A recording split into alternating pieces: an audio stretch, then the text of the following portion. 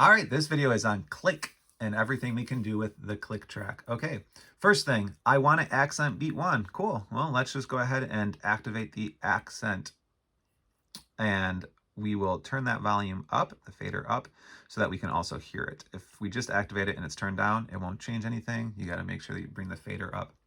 All right, question two. I also want to hear subdivisions of eighth notes. Awesome. All right.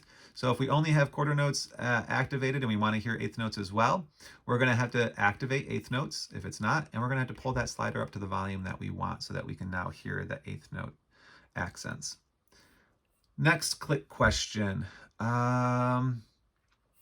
Click is too loud. We'll pull it down. Click is too soft. Okay, pull it up.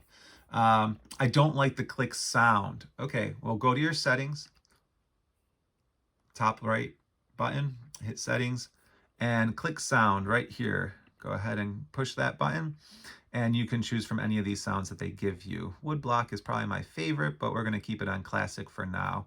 Find one that you like and stick with it.